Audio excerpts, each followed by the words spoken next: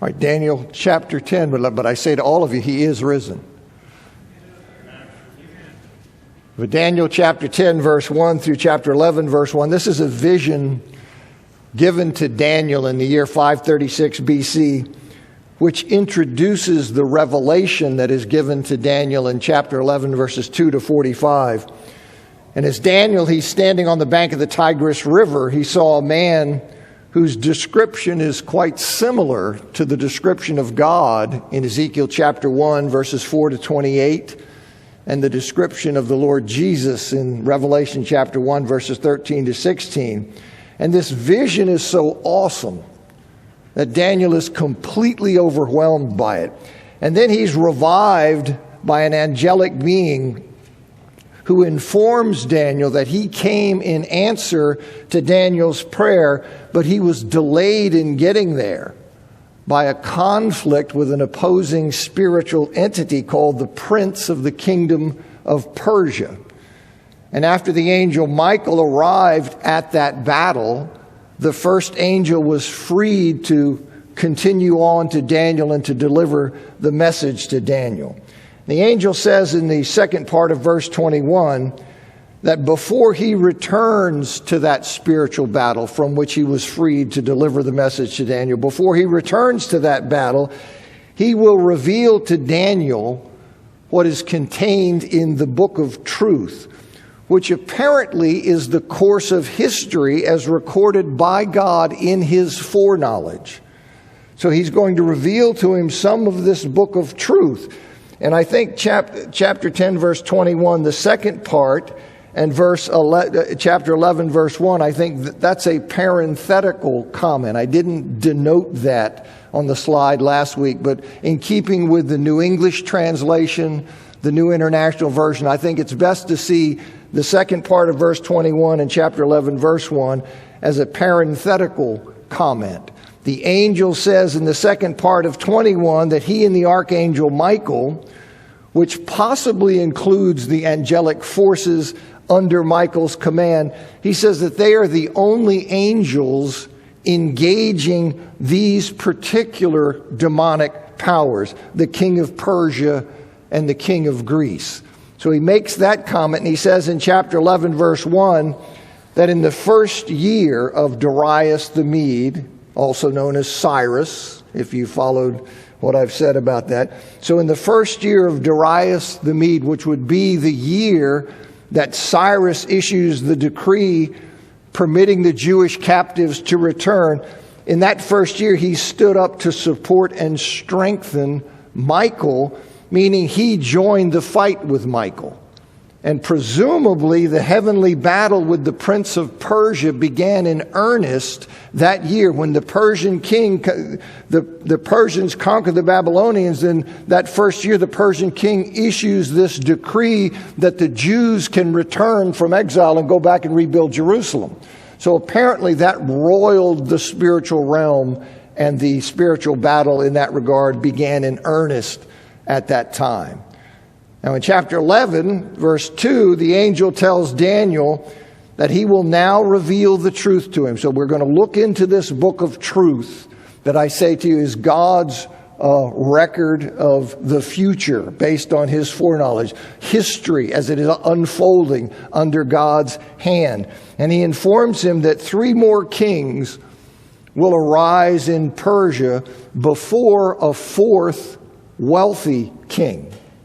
Okay, so you recall from chapter 10, verse 1, this vision is given during the 3rd year of Cyrus, king of Persia. So Cyrus is the king. The 3 kings that follow Cyrus, you have Cambyses, Gaumata, and Darius Hystaspes. So those are the 3 kings. And then the 4th king that follows them is Xerxes, who rules Persia from 486 to 465. He's called Ahasuerus in the book of Esther. And this king Xerxes was very rich person. And the last clause of verse 2, it literally reads, it says, he will arouse everyone, the kingdom of Greece. That's That's what it is. He will arouse everyone, the kingdom of Greece. Now, most English translations, they supply against, okay, which yields the translation, then he will arouse everyone against the kingdom of Greece. But Andrew Steinman, he argues that the more probable meaning is that he will arouse everyone, especially the kingdom of Greece. And this was in fact fulfilled in Xerxes. When Xerxes, he incited or aroused his people to join his army and to invade Greece. And the Greek city-states at that time, they repelled that invasion by forming a coalition that successfully repelled Xerxes' invasion. And the effect of that, of their effectiveness as a coalition, was to stimulate or to arouse or to awaken the Greeks to the potential of there being a unified force.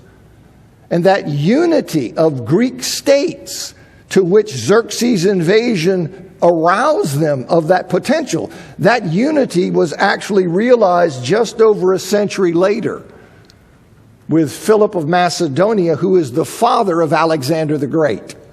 So I think that's what's being said here as we're looking down the road from where Daniel is, and we're getting these allusions to what's going to unfold in history. And the revelation then jumps from the mention of Xerxes arousing the kingdom of Greece in verse 2 to the mighty king, but it means the mighty king of Greece. So it jumps, okay, to the mighty king of Greece, Alexander the Great. It ignores the kings of Persia that ruled after Xerxes and prior to Alexander the Great, because the movement is dictated by the mention of Greece. So he's talking about he's going to arouse the people against the kingdom, or arouse the people, especially the kingdom of Greece. And then that mention of Greece is a trigger or a link word. So then we jump over to the great king of Greece, which is Alexander the Great. And that the prophecy relates to Alexander the Great. It's clear from the description that you get in verse 4, where he speaks of it being divided to the four winds. Divided to the four winds. As I've said before, as soon as Alexander conquered, very soon, Alexander conquers a great territory coming out from Greece. He conquers a great deal of territory in just 10 years. And he dies then at the young age of 32 in 323. And then his kingdom was divided among four of his generals. So here we have it. We are divided toward the four winds. And I've showed you this map. So he comes out, he has this great kingdom, dies as a young man, and then you get his kingdom divided among four Greek generals. And you have the two kingdoms, you have Cassander, Lysimachus, Seleucus, and Ptolemy. The two that are of greatest interest are the empires or the fragments of Alexander's empire of the Seleucids and the Ptolemies. Okay, Egypt and Mesopotamian Syria. Those are the two that are most important to us. Now, it's agreed, I would say by all, but you always have to say by virtually all. Okay, it's agreed by virtually all that chapter 11, verses 5 through 35, that it is a description of the Ptolemaic and Seleucid kingdoms that were fragments of Alexander's empire. Okay, so now you have to remember, we're in 536, and Alexander's conquest, Alexander dies in 323. So we're centuries down the road. But it's agreed by basically everyone that what we're going to be looking at in chapter 11, verses 5 to 35, is a description or a prophecy of the history involving the Ptolemaic and Seleucid kingdoms.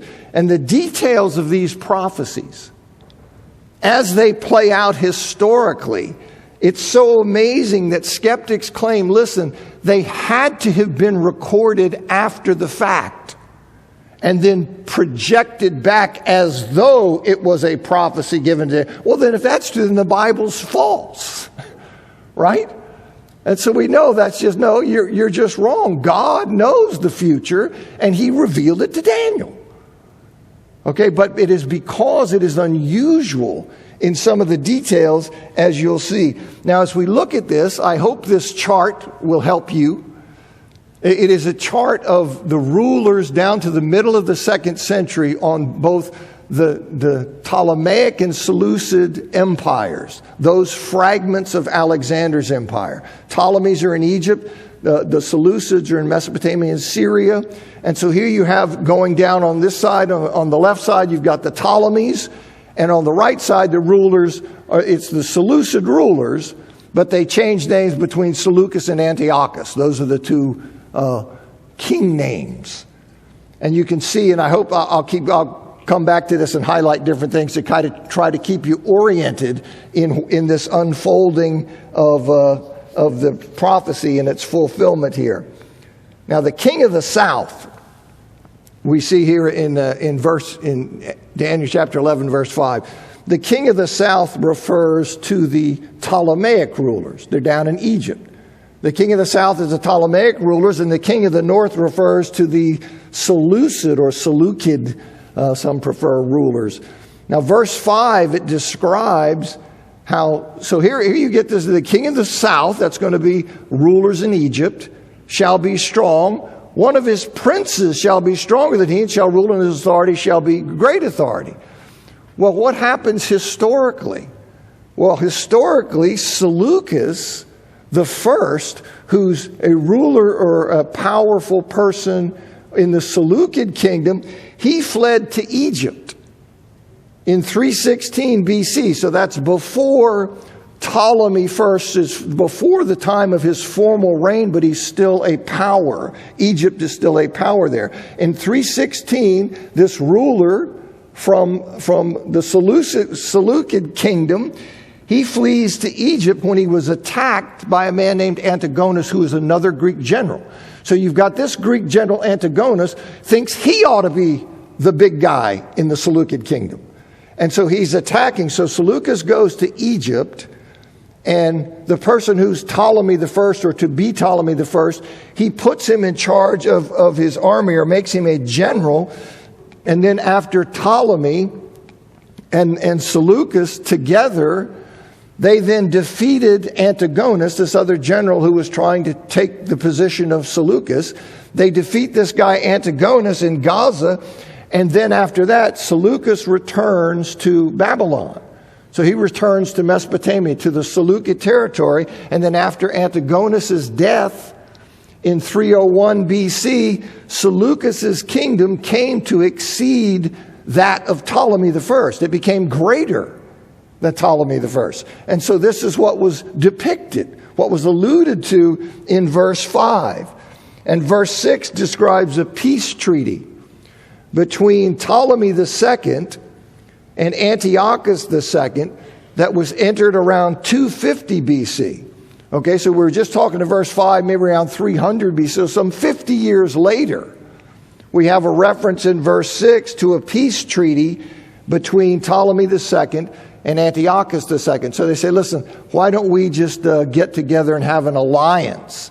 And it involved a marriage alliance between Ptolemy II's daughter. So this is how it would do. Ptolemy II's the ruler there in Egypt. And he says, hey, why don't you, Antiochus II, why don't you marry my daughter? And that will be an alliance between us. And so his daughter Berenice goes to be married to Antiochus II. And that required Antiochus to dismiss Laodice, who was his current wife. So he dismisses her. He marries Berenice as part of this alliance. And the idea is that their son, Berenice's child by Antiochus, will then be the next ruler of the Seleucid kingdom. Okay, so in 4 years, Antiochus takes back Laodice. And what do you know? It looks like she poisons him after that. She poisons him, then she has Berenice killed, her son killed, and all of the people who came from Egypt to help her, to be attendants to her, has them killed. You see, to ensure that her son, Seleucus II, that he would be the next ruler. And so you see this played out here, there. And that same year, Berenice's father, Ptolemy II, died. And all of that is alluded to in verse 6. It's all there. And verses 7 to 9 describe then the retaliation by Berenice's brother. Okay, so she's been put to death by Laodice. And so here's the retaliation by Berenice's brother, Ptolemy III, against the Seleucids. He had a successful campaign during which he executed Laodice, the one who had killed his sister. He executed her, and he recovered Egyptian idols that had been taken from Egypt long before. They'd been taken in 525 BC by the Persian king Cambyses. So those idols had been over there. He got those and brought them back to Egypt. But Ptolemy III, he was unable to consolidate his control over the Seleucid territory because he had to return to Egypt to deal with a rebellion that was going on. It was not easy being a ruler in the ancient world. So he's over there. He can't consolidate that because he's got to hustle back home because there's some stuff, a rebellion going on there. And that allowed Seleucus, his return, then allowed Seleucus II to reestablish his authority. And then in 242 BC, Seleucus II, he made an unsuccessful attempt to invade Egypt. And I should say, which I say in a footnote in the notes, that most of what I'm telling you, the historical fulfillment, I got from Andrew Steinman's commentary. Okay, just to give him credit. But in 242, we have this unsuccessful attempt to invade Egypt. Now, verse 10 describes a campaign of Antiochus III, Antiochus the Great, in Syria and Palestine against Ptolemy IV. And this is in the year 219 to 218 BC. And he regained territory that his father had lost. So Antiochus III regains territory in this region of Syria and Palestine that his father had lost, and he pushed the battle all the way to an unidentified stronghold in Egypt.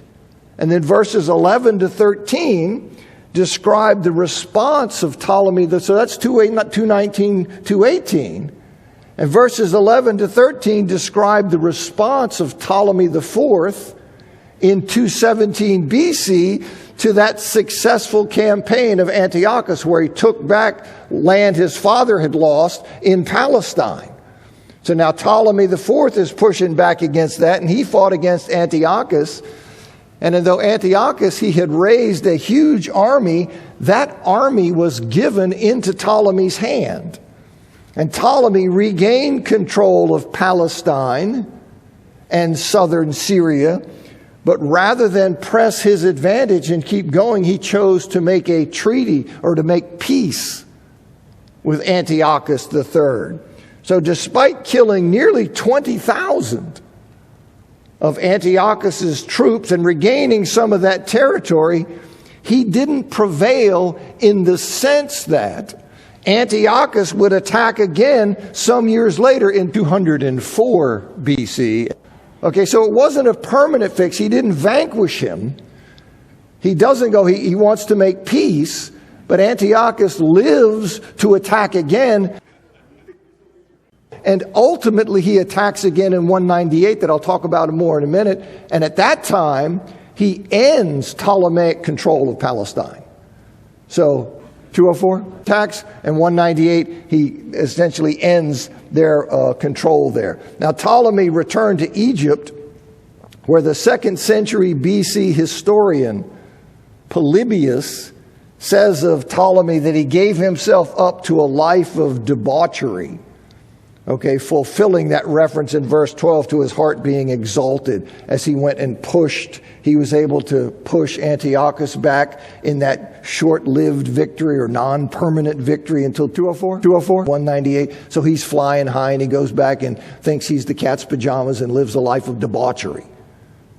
And so that all of that is there is expressed. Now verses 14 to 19 refer to the subsequent conflict with Antiochus III that I just mentioned. It seems from verse 14 that in conjunction with Antiochus's initially successful assault in 204 BC, so the Egyptians, the Ptolemies, have regained Palestine. 204, Antiochus III has a successful assault where he's coming back into power. And it seems that in conjunction with his success there, that some Jews, they joined in violent resistance to Ptolemaic rule. But that Seleucid victory under Antiochus III, that was short-lived. The Egyptian general Scopas, he drove Antiochus back until 200 BC, when Scopas was then defeated in a decisive battle at a place called Paneas, which is in the New Testament, that is Caesarea Philippi. So 204 BC, Antiochus is succeeding, getting back the land that had been taken back by the Ptolemies. Some of the Jews join him in resistance to Ptolemaic rule. Here come the Ptolemy, drives him back. And then the Ptolemaic general is defeated in 200 BC. And Scopas, in fact, he retreats to Sidon, where Antiochus forced his surrender in 198 BC after besieging the city. So you see, the king of the north shall come and throw up siege works. So he went and he was pushed back into Sidon, a fortified city. And then Antiochus built siege works and besieged the city of Sidon. And that is when Scopas wound up delivering over and surrendering in 198. And that was the end of Ptolemaic rule over Palestine after all those years. Okay, going back to when they first started. 300, 310 BC, controlling Palestine, pushing back and forth. But generally they were in control until that defeat in 198 BC. So that led to permanent, Seleucid control of Palestine. And since Rome's power was rising in the West, Rome was becoming, the new duke on the block, Antiochus didn't invade Egypt.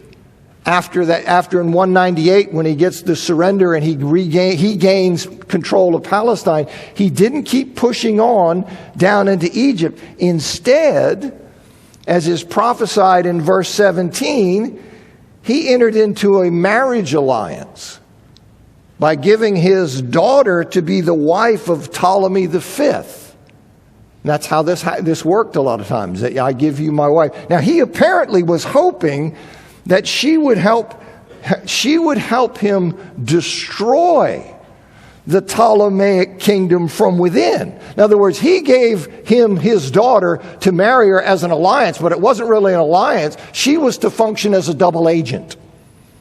See, she was to be working there on the inside to help him on the inside destroy the Ptolemaic kingdom. But that scheme was thwarted. It did not work, because his daughter turned out to be steadfastly loyal to her husband. So that was his plan, though. And you see the kind of intrigue and duplicity and stuff that goes on. Well, it just goes on with politicians. That's how it is. All right. Verses 18 and 19 describe how Antiochus, he subsequent turned his military desires westward.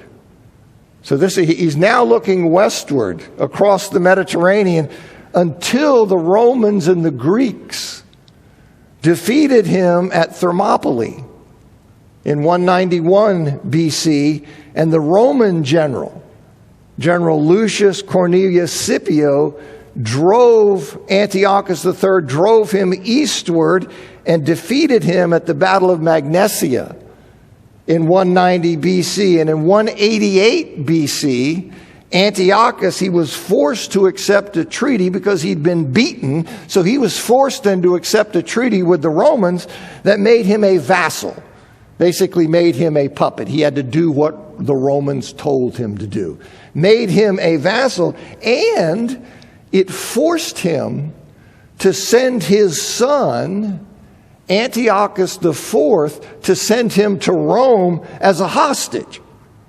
Right? You can see, I want some extra security that, yes, you're a vassal and I'm going to pound on you if you don't do what I say. But how about we take your son as a hostage? So if you don't play ball the way we think you ought to play ball, your son's in our hands.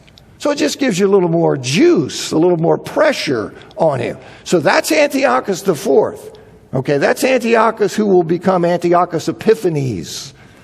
But he's there as a hostage in Rome. And then in 187 BC, Antiochus III, he was killed by a local population when he attempts to pillage a temple.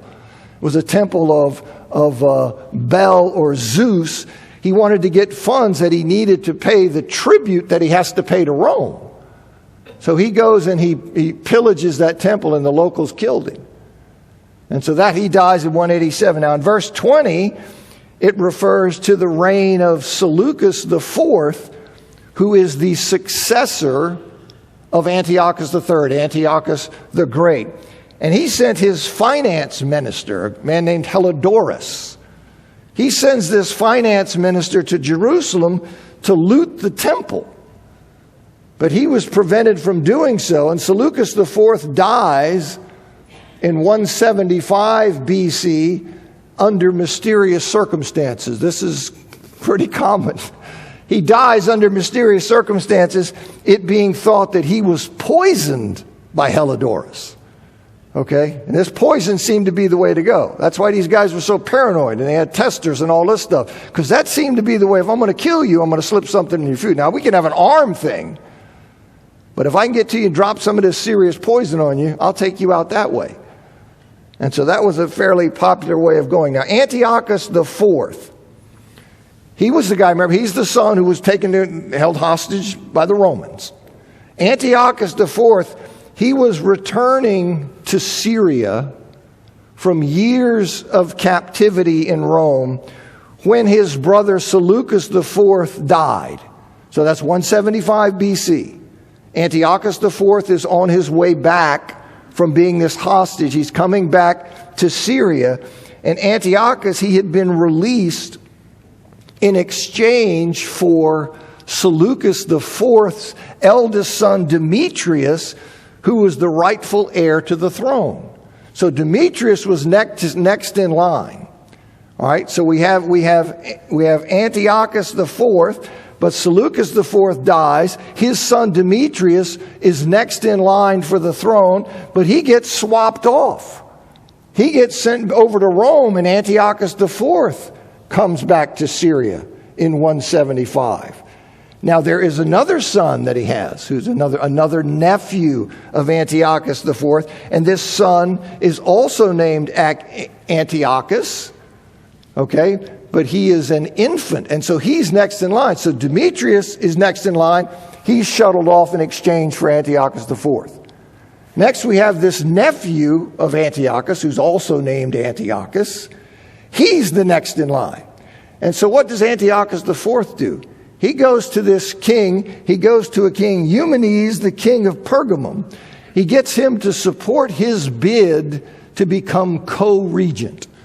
And he tells him, he says, listen, this guy who's next in line here, he's just a baby. I mean, he's just a kid. And so he will need me to be co-regent with him to keep some usurper from taking the throne. And so he sells that. And he is then he's made co-ruler with this other Antiochus who's an infant. But what do you know? That other Antiochus dies. Okay, he dies in 170, which makes Antiochus IV the sole ruler of the Seleucid kingdom. And that's how he came to. So, as prophesied, you see in verse 21, the throne was not given to him in rightful course. See, he was not the proper heir of the throne. Rather, it was secured by him through manipulation, through flattery, through deceit. And so there you see, this is Antiochus IV. And in verses 22 to 24, they seem to be a general characterization of Antiochus's reign, how he rolled. Seems to be a general characterization. He will defeat military opponents, depose a high priest, that is a prince of the covenant, make alliances he has no intention of keeping, and he will develop his power from a small initial base of support. He'll also plunder the rich parts of his realm and spread that wealth around to his supporters in an unprecedented manner. Now, all of that was true of Antiochus IV. And the last sentence of verse 24 turns the prophecy to Antiochus's designs on Egypt, but God will allow him to succeed only for a time. He's going to succeed only for a time. And verses 25 to 27 prophesy about the conflict between Ptolemy VI and Antiochus IV. Okay, so that's where we are. It prophesies about their conflict. Two of Ptolemy's advisors encouraged him to take Palestine back. So you remember, so in 198, they had lost control of Palestine after having controlled it pretty much the whole time from 300. And so he's got advisors who are telling him, Ptolemy VI, go back and regain this territory from Seleucid control. But there was treachery afoot because Antiochus was told of Ptolemy's plan, and he defeated Ptolemy in battle. He captures Ptolemy VI, and he comes to control all of Egypt except Alexandria. Alexandria, they take Ptolemy VI's brother, and they say, here's Ptolemy VII, and he's the proper king of Egypt. So you have this holdout with somebody else being declared the king, but pretty much a big-time victory for Antiochus IV because he's captured Ptolemy VI, and he's bossing in most of Egypt there. But Antiochus, he made an alliance. He makes an alliance with Ptolemy VI, okay? So that's the king that he has captured, and he allows him to control most of Egypt. But he makes an alliance with Antiochus, with Ptolemy VI, setting him up as the puppet king in Memphis under the claim that he's the rightful king. Because you had Alexandria, they're saying, no. The rightful king is here in Alexandria, it's Ptolemy VII. Well, he's captured Ptolemy VI. So now they get into cahoots, and he says, listen here, I will put you back here and say, you're the rightful king, ruling Egypt from Memphis. Right? But really, see, these two guys, you have two high-level politicians who are both scheming to cut the other one's throat. Okay? I know that shocks you. But this is what's going on here, and you see that reflected there. So both Antiochus and Ptolemy, they're scheming to enhance their own power, never intending to be bound by the pact in which they entered. But their schemes will be to no avail, in that God determined an end for them contrary to what they had hoped to gain through their duplicity, through their scheming with each other. God had determined an end different than that. Now verse 28 prophesies about Antiochus's return from this Egyptian campaign that was so successful. So he's successful there, he's returning, and this is fulfilled here. It says, and he shall return to his land with great wealth, but his heart shall be set against the holy covenant.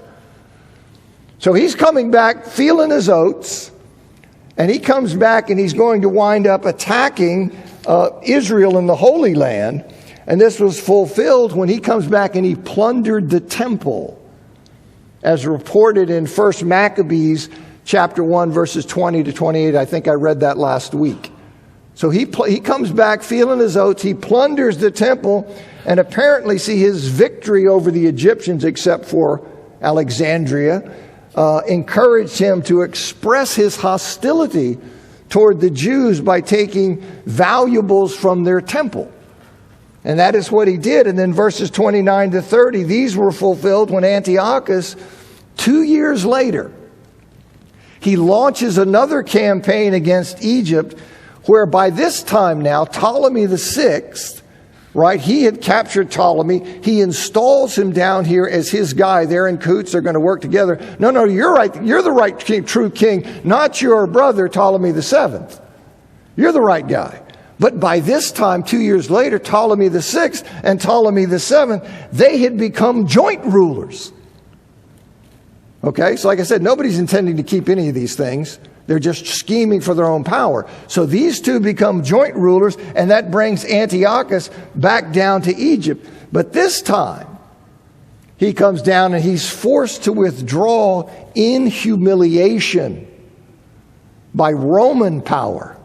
This time he comes down, then the Romans tell him it's not happening. Hey, you know who I am? Yeah, I know who you are. It's not happening. Okay, so you go back the way you came, tail between your legs. You go back and do it. Now, Kittim, that word that you see there, see, Kittim shall come against him.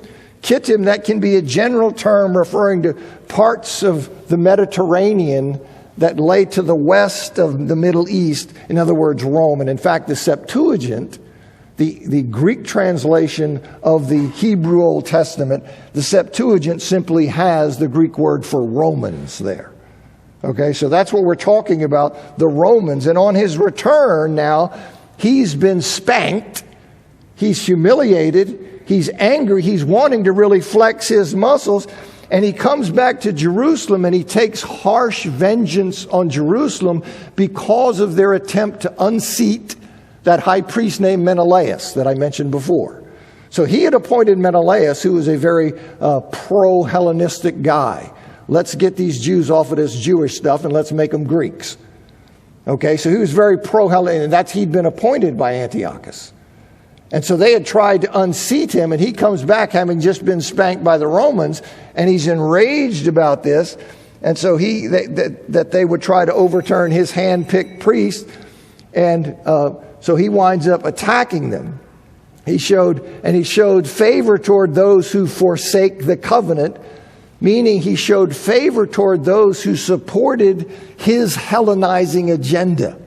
In other words, his Greekifying of Palestine.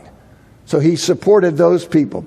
Now, verse 31, it predicts Antiochus' assault on the Jewish religious practices. And this guy's hostile towards Judaism. And verse 31 predicts that. And to quote Everett Ferguson again, I think I read this maybe 2 weeks ago.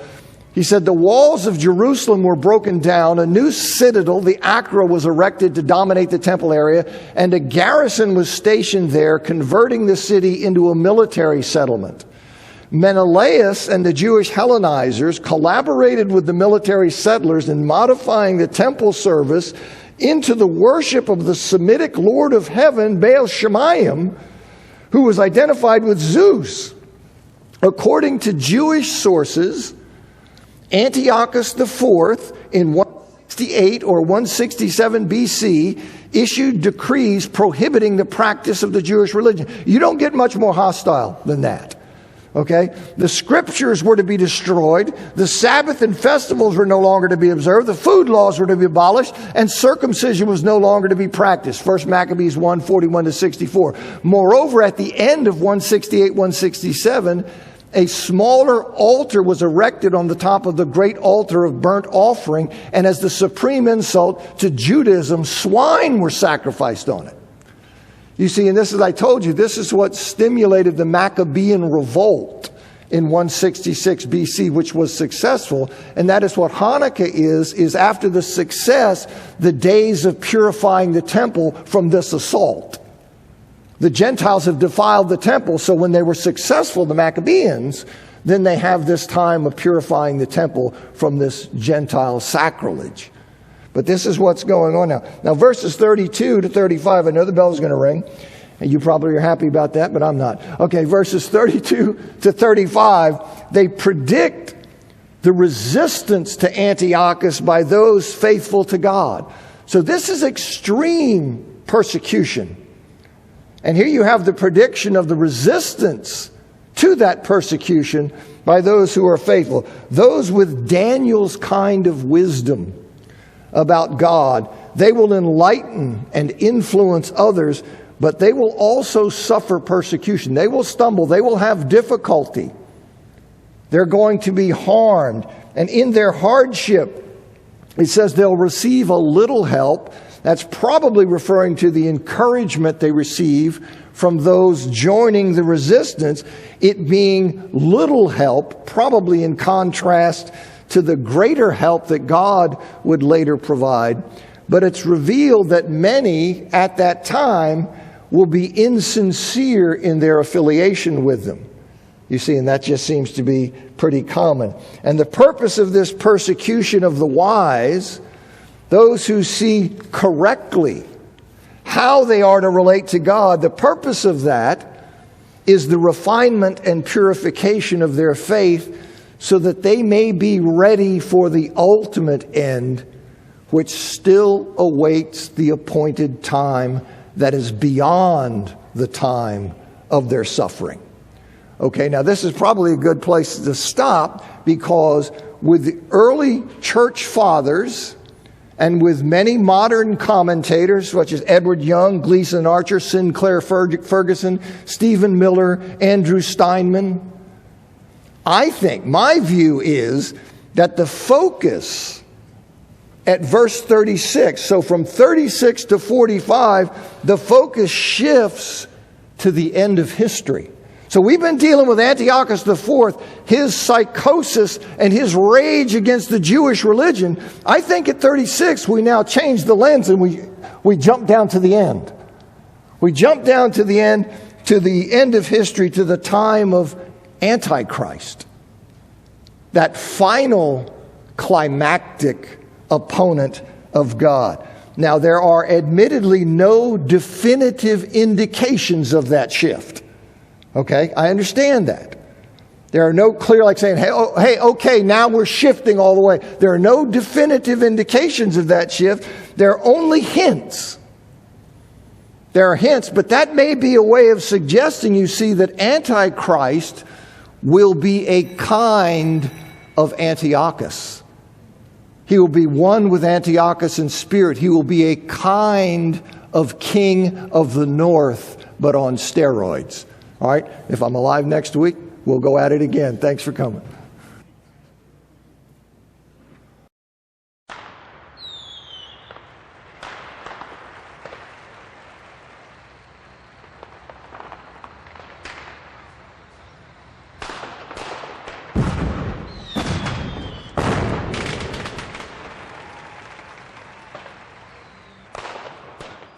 (204 BC).